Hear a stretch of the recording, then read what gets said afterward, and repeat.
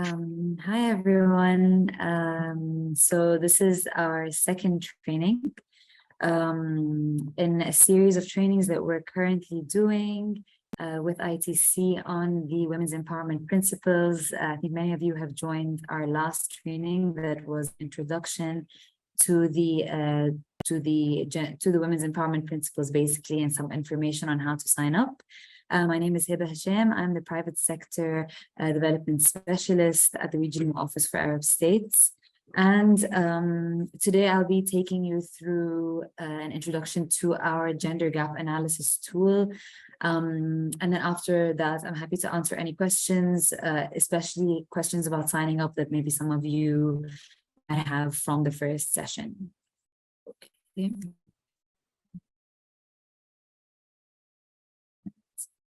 So we can skip through this. So as I mentioned in the last training, the WEPs journey has 6 different steps. What we covered last time was step 1 and 2, which is consider and sign, basically meaning that we've explained how to gain awareness of the Women's Empowerment Principles, and then also how to apply and kind of formalize that commitment by signing your CEO statement of support and using our website. I've reached out to you all through email, especially for colleagues from Tunisia and Morocco. And then we also, my colleagues, Inja and Karen, have reached out to colleagues from Egypt, and my colleague Leila reached out to our companies from Jordan to follow up on any questions you might have about signing up. We reached out a couple of times, as well as, you were also contacted by your focal points. And if you have any questions on that, please do reach out to us again. Now we're on step 3, which is basically, now that you've committed, how do you activate your commitment by first taking a deeper look into what your status on gender equality is, and basically setting a baseline, that will help you then develop your gender action plan. But initially figuring out where are your strengths and weaknesses. Our gap analysis helps you do just that. So yeah, as I mentioned, we are on the activating and sustaining step, which helps you measure your progress on the 7 principles we went through last week, and yeah, on last month, sorry. Okay. So my first question to you is, has your company assessed its progress on gender equality before? Have any of you done any gender-related audits? Have you done any, other types of auditing that maybe have a gender component? Does anyone have any examples to share? If not, we can also revisit this question at the end, but I first thought I'd see if we have any volunteers.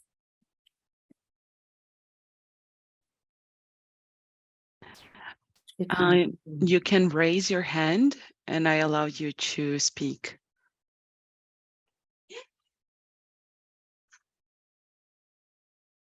Anyone? Okay, so we can revisit at the end this question. I think this will be better. No problem. All right. So our approach, or the reason why we've developed this tool to help you better understand through a self-assessment exercise, like where you stand on gender equality, is that we think in order to have a strong approach, you need to identify your gaps and opportunities for improvement. And then based on that, we will help you have access to best practices on the topic difficulty. On the topics that you're excelling, you might become a best practice yourself in the Arab region, on the country level, or even globally. And then, of course, this will help you set concrete goals and get an understanding of how you compare to other peers in your industry. Our gender gap analysis tool is a global framework. It is online and free, user-friendly, and completely confidential. You also actually do not have to be a web signatory to use this tool. It is short and clear, and it is only an 18-question questionnaire, usually led or done by D&I or HR professionals. And basically what we're trying to measure throughout it is where you are when it comes to the 7 principles, and each kind of set of principles has its own relevant questions. Our scale begins with commitment. So kind of asking the question first, have you done anything on this topic? And we'll go through some of these examples right now to illustrate more clearly what I mean by that. And then if the answer is yes, then have you just committed to kind of maybe, you know, promoting women's leadership in your company? Have you actually gone beyond the commitment, which could example be like having a policy? Are you actually implementing that policy? Meaning, for example, have you committed to providing trainings, providing support? Are the policies that you've put in place being monitored? If so, by who? There are some questions that we can kind of help you gauge the extent to which you're committed. And as you can see, implementation is a very important, kind of a big part of the score giving.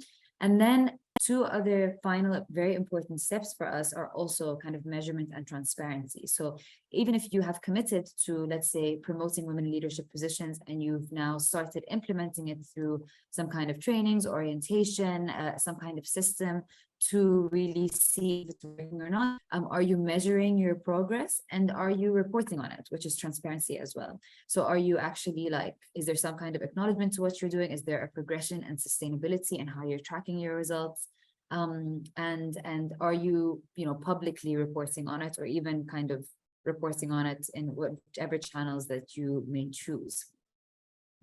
So as I mentioned, this was available online. I'll be sharing this presentation with the link. And really, for some, depends from professional to professional. Some HR professionals that are already familiar with the topic can end up really doing it in under an hour. So there are some questions that you would need to discuss or kind of check certain facts out with other departments, just for extra accuracy, since it is a self-assessment tool. And those other departments to help you complete the tool would be potentially procurement. If you're already HR, then not HR. If you have diversity and inclusion department or CSR department, of course, your marketing, your product and research development. You might even include your sourcing department on the question on inclusive supply chains, if that applies to you. And then, of course, your engagement with community foundation or government relations might be separate, or it might be within your CSR. Okay, this is just, I pulled some screenshots from the website to give you an idea of what you'd need to do to sign up.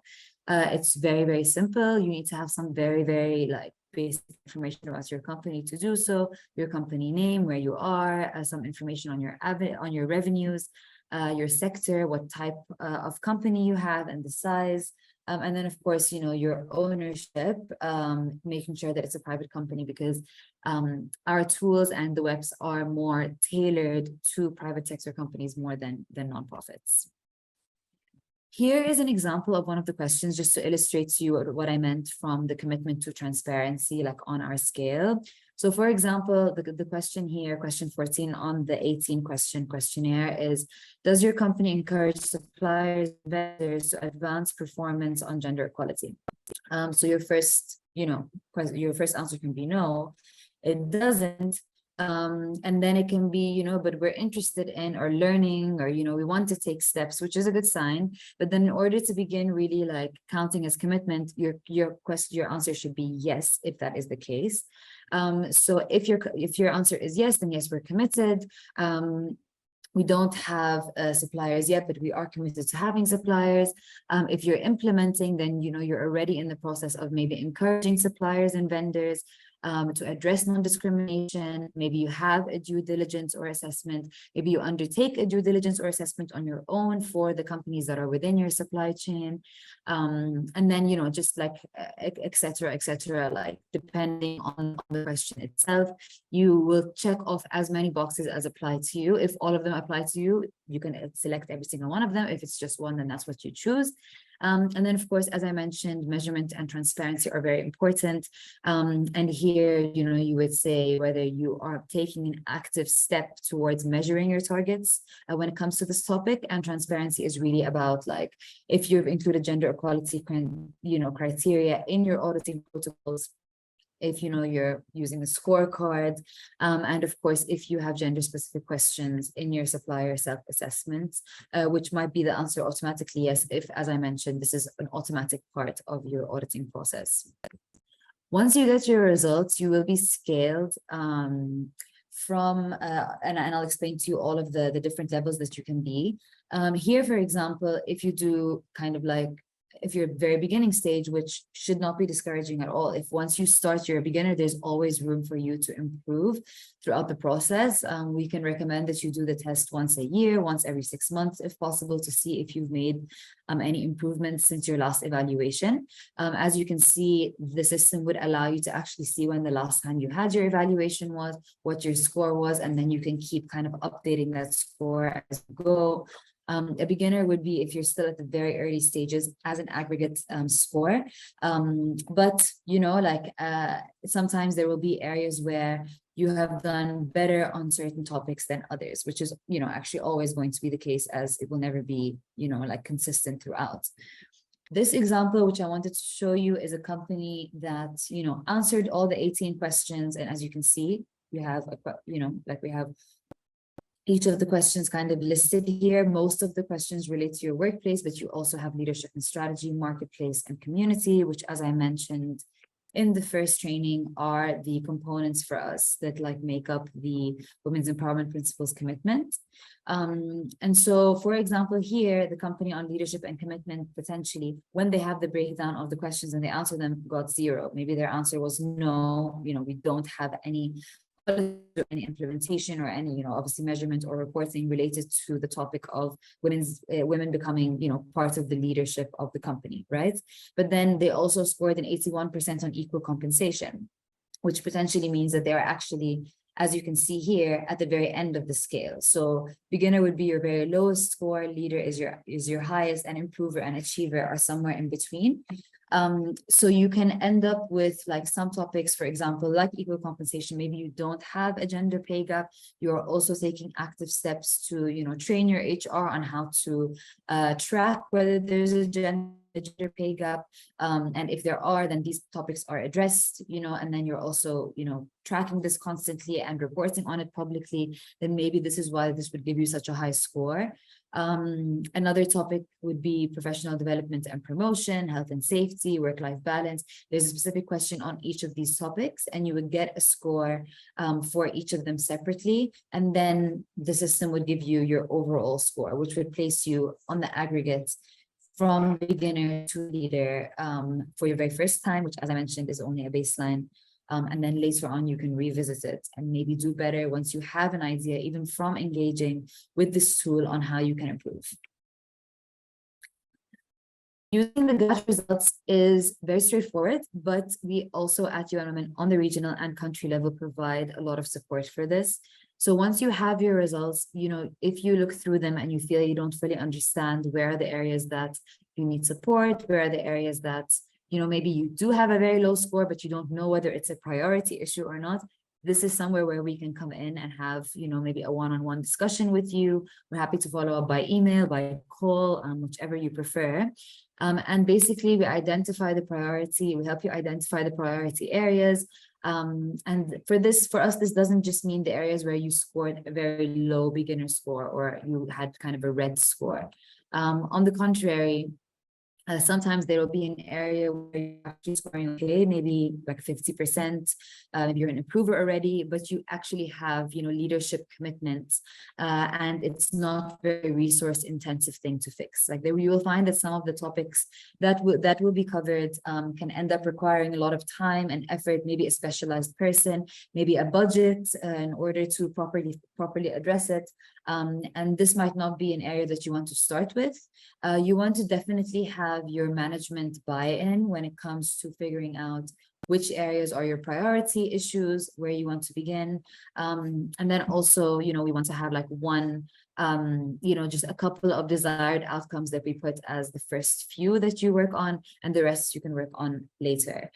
We do have one more series of training in this series called the Gender Action Plan Training, which gives you more details onto like how to understand your GAT results more deeply. But essentially, like what we ask our companies to do is to really like take the time to ask the questions of like, you know, which members of your senior management whose sign-off would you need for these activities to take place? Do you have senior management that are, you know, excited about a specific topic, that are willing, that have told you this is an area that we really want to work on. So when you match it with your GAT result, this is a really good match, and it means it's both an area that you need to work on and an area that your management are really keen on having you work on.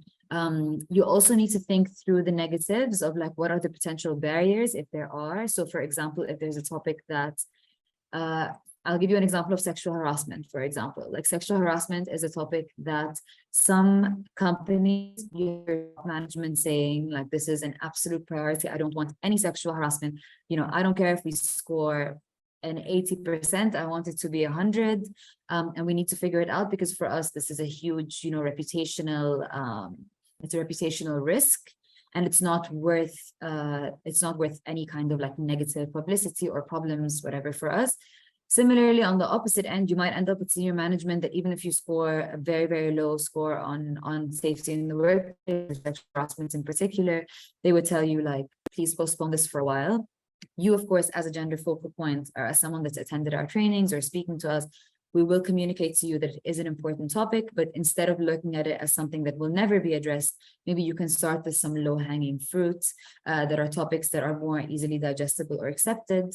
And then you will, of course, you know, move directly onto the thinking of maybe what are the barriers, why are my management resistant to the topic, and then maybe having a meeting with your management with a UN Women focal point present. Like, we can tackle each kind of challenge as it comes, but we just need to identify what the barriers are and move accordingly.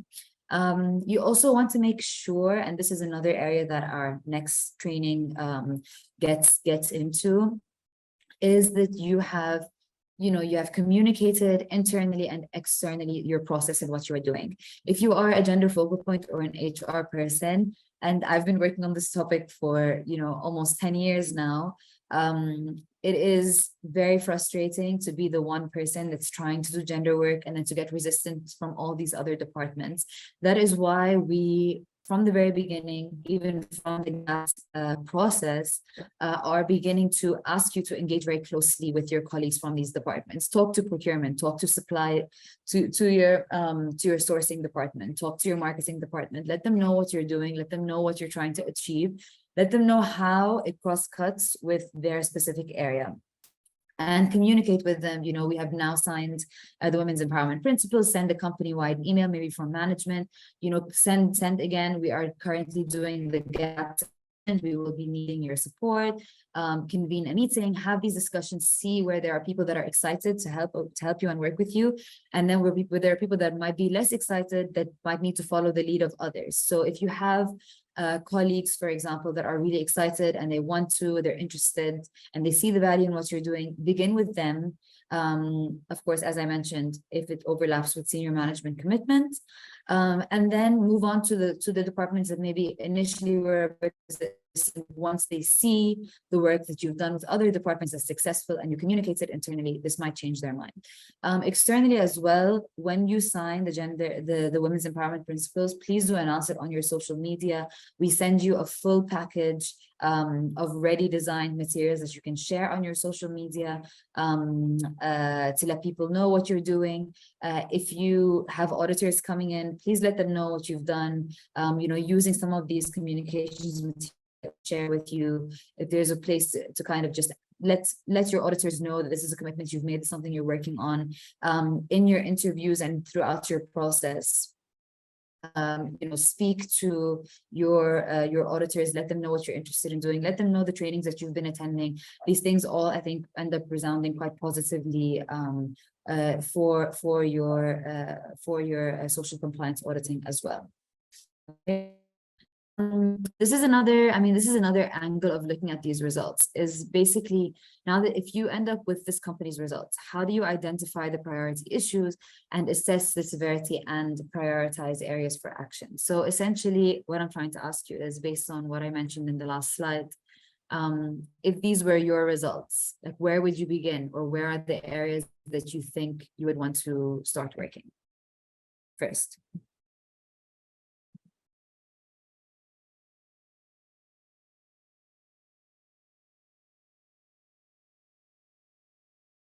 Has anyone raised their hand? I can't see. No? No, there's no one yet. Okay. Does anyone has a question, wants to contribute? I can allow you to speak. Just raise your hand. Or you can also send a question in the Q&A button.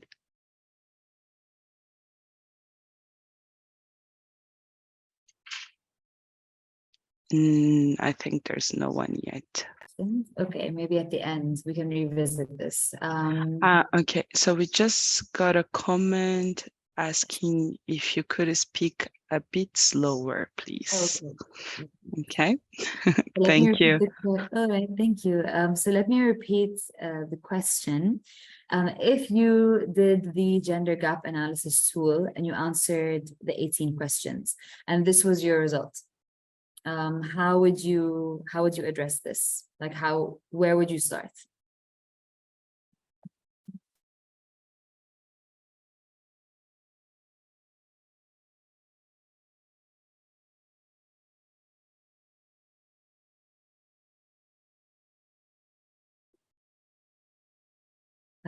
Rasha, would you like to answer? Leadership. Okay. Leadership. Why leadership, Hish?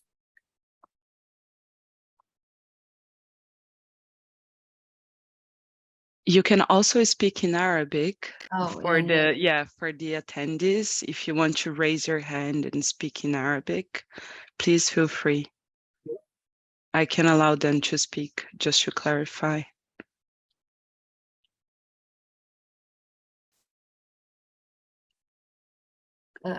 Okay, so I see Hashay. Yes. Hi, can you hear me? Yes, we can hear you. Okay. So basically, I think you probably need to start with the leadership because you need to, if the leader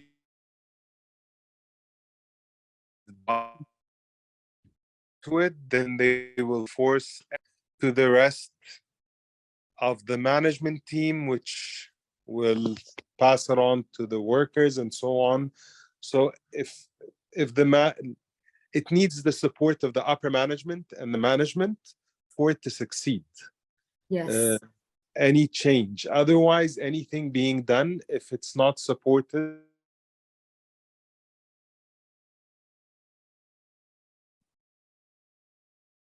Sorry, can you hear me?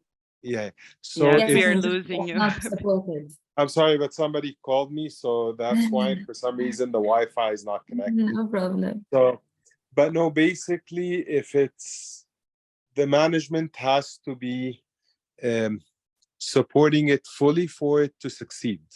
Absolutely. Because I see it the whole time. If the team in the factory here is not convinced, a lot of things that could be very good sometimes just don't succeed, and we have to retreat and try to find another way. Yes, no, absolutely. Our leadership component here definitely addresses, the management priorities and if they're interested or not. And I completely agree with you, they must be interested in order for them to also be pushing for all the other things that will need to be done. So this is very correct.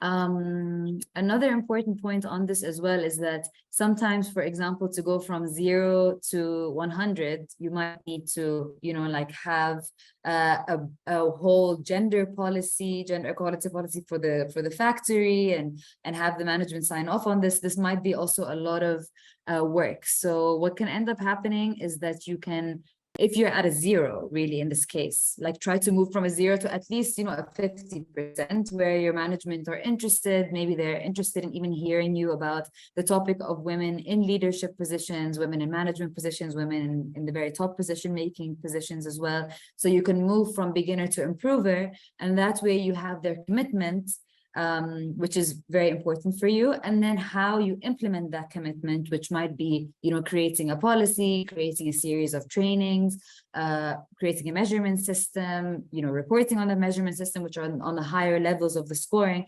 This you can also leave even for a later time. But I agree with you. If your leadership and commitment begin at 0, you will have a very difficult time moving forward. So thanks so much for that. I completely agree. Rasha, you said workplace. So out of all of these workplace ones, which one would you prioritize? Well, actually, I choose the workplace first as an area that has so many drivers for the factory to adapt, because it touches the sustainability aspects, and it touches the welfare of the company itself, and it touches the rules of the country when it comes to salaries and benefits. So the workplace is under the control of the company. So if they are not even convinced with this women support or something, but they will be able to do it so they can get a benefit for the business itself at the end.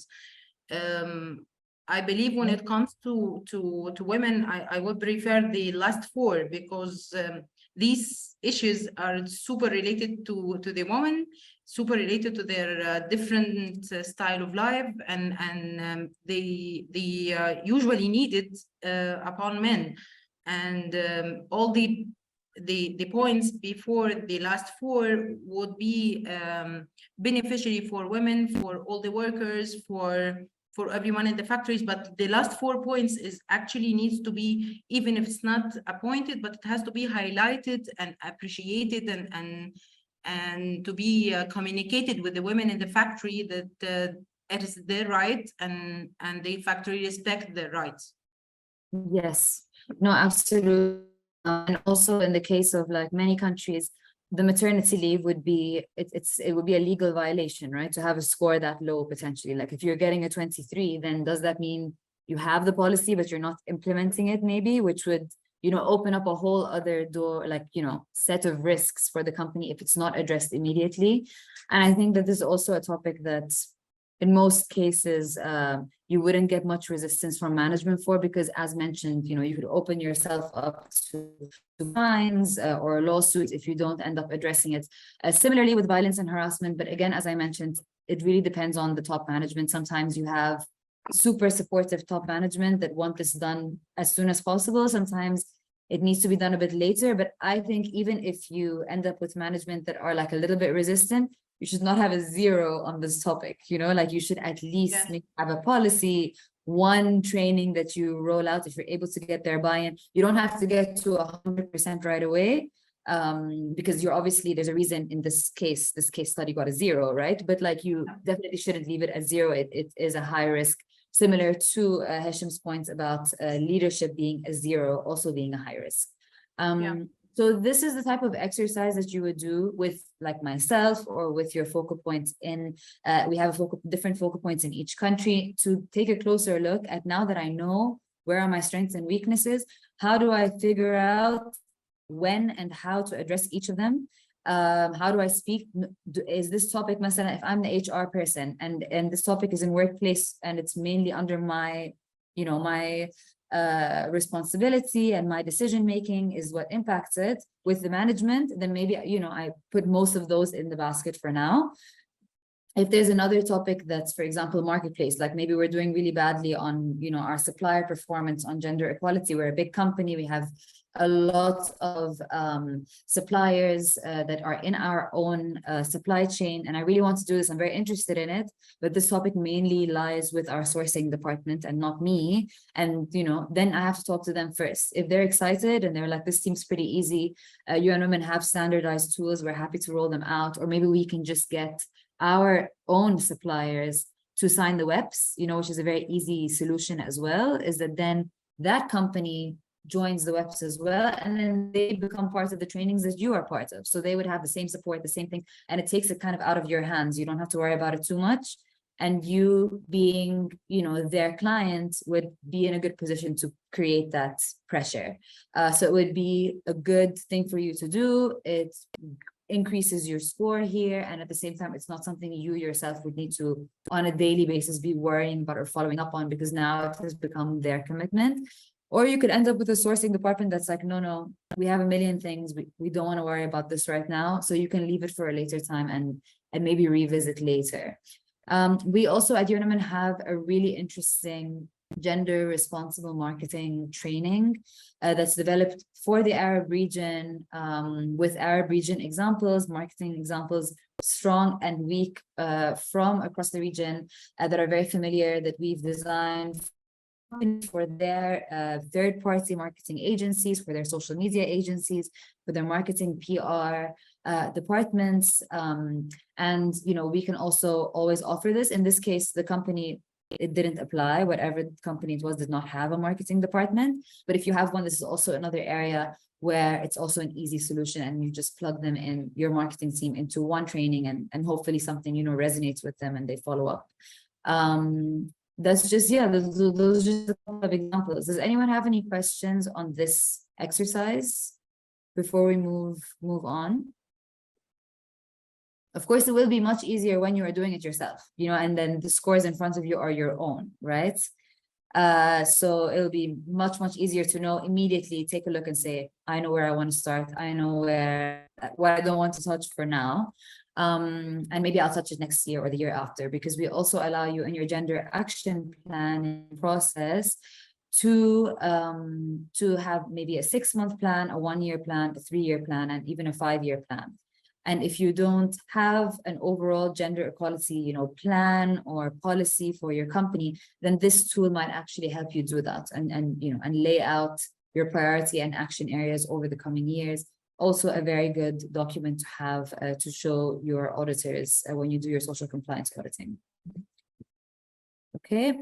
Our next step is basically, now that you've done the gender analysis tool and you have your results, you need to move on to your action planning, as I mentioned, and understand more about the M&E reporting and framework. We have separate trainings for both of those. As I mentioned, you know, none of this is compulsory. You don't have to go, you know, attend any of these trainings. These are additional guidance and help, but everything is quite self-explanatory. Everything is on weps.org. But at UN Women, we are really trying to move towards having a more like advisory role to support companies as they have questions they're trying to answer, to figure out what's the best approach, so they don't end up, you know, with a big commitment that's not, you know, actionable, or a very small commitment that's actionable and finished in 3 months, and then you have nothing else to do. You know, we help you to try to find this balance and have a very specific kind of conversation with you on that. Does anyone have any questions or one kind of key lesson you've learned from this session you would like to share? I'm between calling on Hashim and Rasha again, or picking names at this stage from the team, from the group. So anyone, please. Yeah. As for myself, as an export counsel with a very minimal staff, which is no room actually to accomplish all this, unlike the factories. So I believe these experiments would be coming from factories rather than us. Yeah. So you were the Exports Council. Yes, I'm from the Textiles Export Council in Egypt. Okay. I need to double check this. I think that, for example, مثلا اتحاد الصناعات, like the Federation of Egyptian Industries, is a signatory. You can sign up, but it's not, you're not going to use it the same way.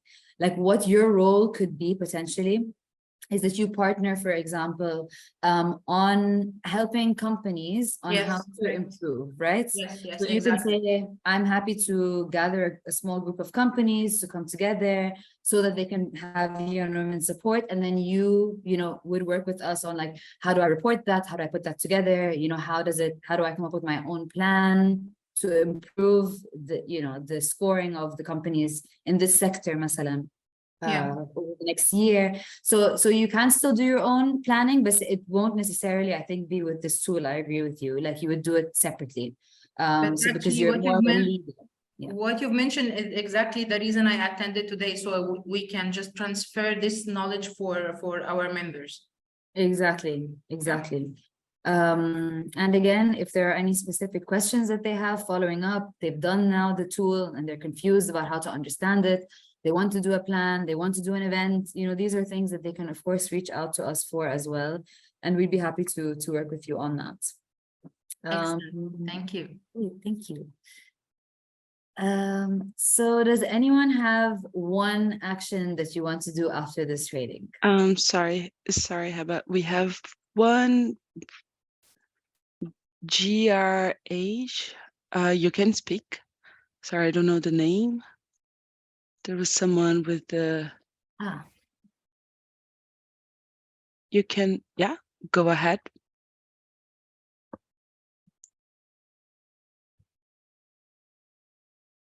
Can you hear us? You can speak.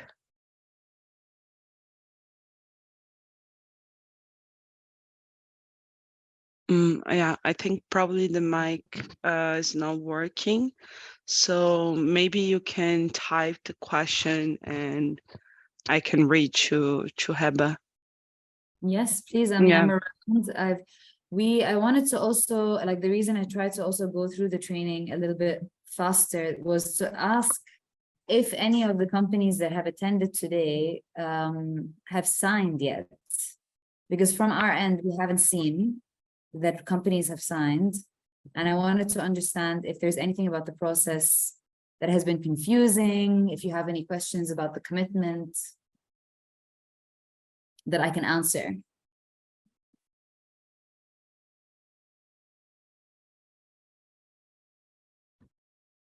So we have another hand. Yes, please go ahead. Yes, hi. Yeah, I didn't know I had to sign anything. Maybe I missed something. Did you attend the first session? Yes, I remember correctly. Yes, I did. Okay, so basically what I introduced in the first session are what the women's empowerment principles are, okay? And it's essentially a commitment that you make. The only thing you need to do to make it, it's not legally binding or anything, right? This is one of the things I covered last time. But so all you need to do is there's a CEO statement of support that you sign, that your CEO signs, saying that, you know, you're interested in gender equality, you're committed to it. A few other lines, it's literally like almost one paragraph. You upload it with some information about your company. We then go through a quick due diligence. We have to do some kind of like checks on the company or the factory, and then you get a package, like a welcome package, and you join our database. Everything else from that step onwards is actually optional. Like you can, you know, attend more trainings like this. I don't know where are you based in Egypt? Yes, we're based in Egypt. Okay, I must have missed that. Okay. I don't know if you can send that email again because I can't even find it. I'm trying to search for it. Okay, the email for the Egypt colleagues should be from Inji Amin or Karen Fanous. You can just check those two names.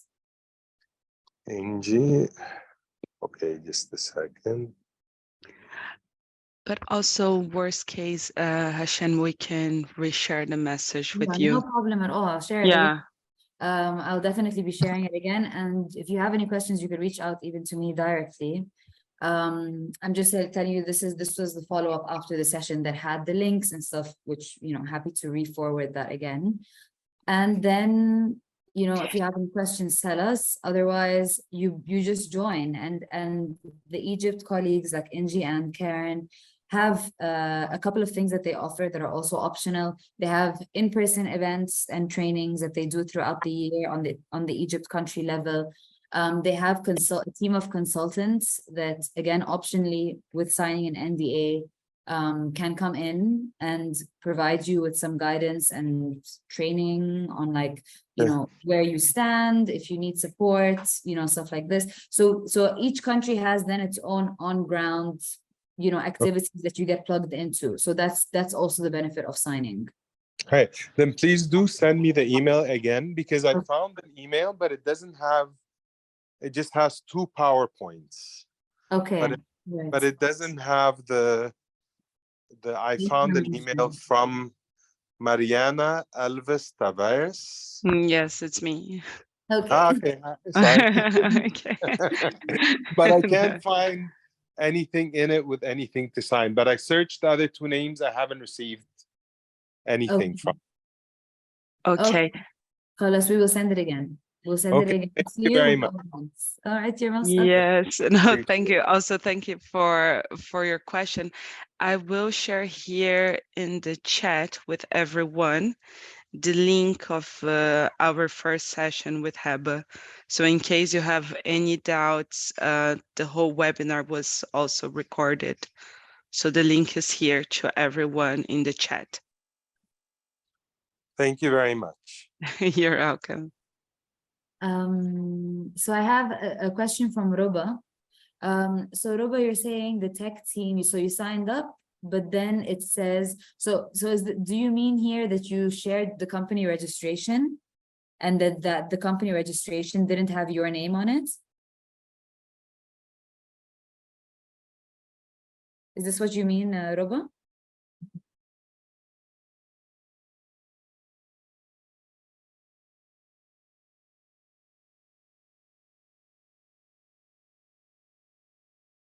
Let me try answering. Maybe she has a problem with the mic. Let me answer.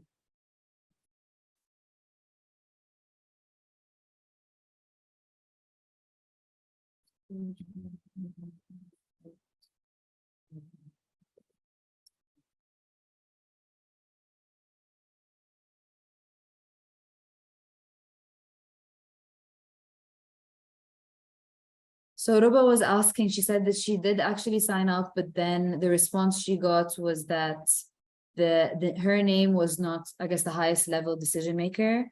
And that she hasn't gotten a response yet on why. So I'm just trying to clarify from her, because sometimes basically what one of the steps of our due diligence, in order to make sure to address like Hasham's earlier points, that the leadership are the ones making the commitment, is that the CEO, the highest level decision maker in the company, has to be the person signing. So sometimes, you know, we can get back to you and say like, okay, the person that has signed now is like a top management, but they're not the highest level person based on the company website, based on LinkedIn, based on, you know, whatever reliable resources we find online. And then you might need to share with us maybe your company registration form that would have the CEO written. So I think that what happened in Ruba's case is that she got a response from our team saying that, you know, she wasn't the highest level decision maker.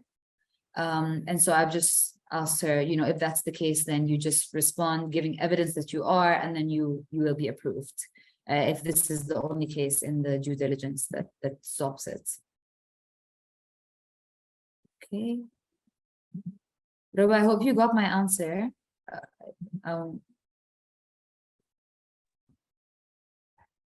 Yeah, and also just another thing that I see here that Yasmin sent a message saying that the email sent from her to all Egyptian beneficiary includes the right links to sign up for the WEPs. And also the email I sent, there are a couple of links explaining all the steps companies have to take to sign up for the WEPs.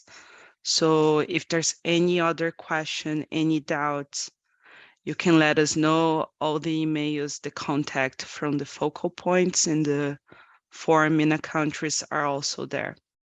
Yes. Okay. Please feel free to reach out.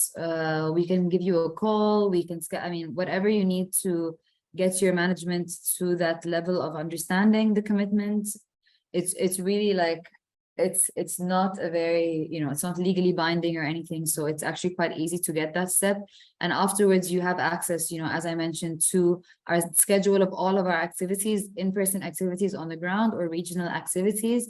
You know, in the next 12 months, we'll also be having regional networking activities, which will, you know, based on different sectors, we'll be bringing together companies from the Arab world together to have an opportunity to meet each other, to share best practices and exchange.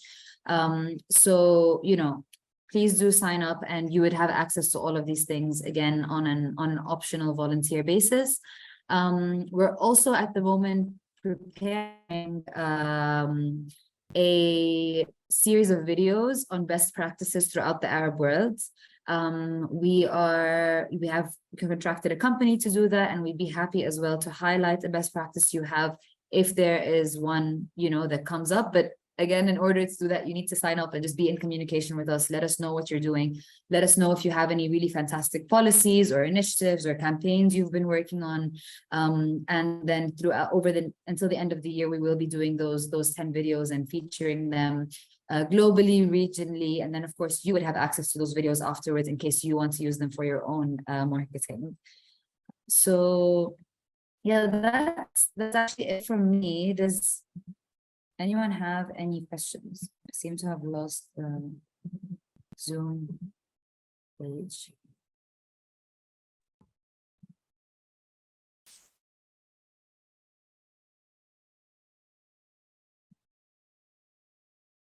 Any questions? You can raise your hand. I can allow you to speak.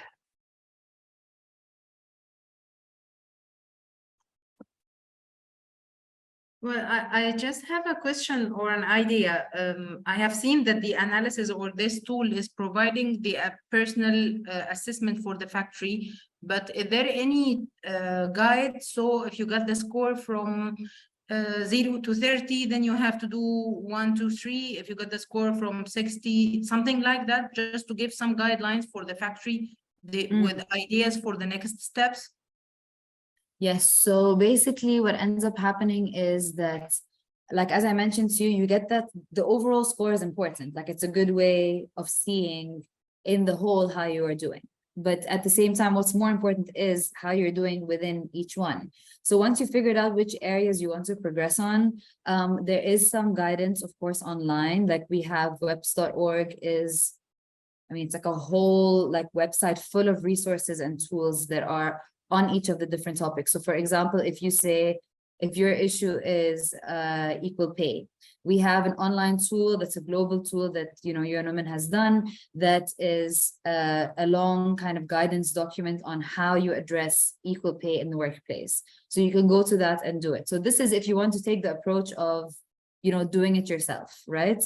But again, what we advise is, and what we're open to and available for is that, you know, if you have questions, if you've identified your 4 or 5 priority areas, maybe for the year that you want to work on, and you want to know where you want to be by the end of the year, you know, we are here on a one-to-one basis to have these conversations with you, you know, to help you know, what's being done, to let you know if there are trainings that you can attend, to give you a customized training if needed. So these are the kinds of services that we also offer to help you know how to improve on each specific topic that we offer. Okay, great. Thank you so much. Okay, thank you. Thank you. Thanks, everyone. And I left my email address in the chat. Please feel free to reach out to me if you have any follow-up questions. Excellent. Thank you so much, Hiba. Thank you so much, Rasha. Thank you, everyone. Thank you. Thank you.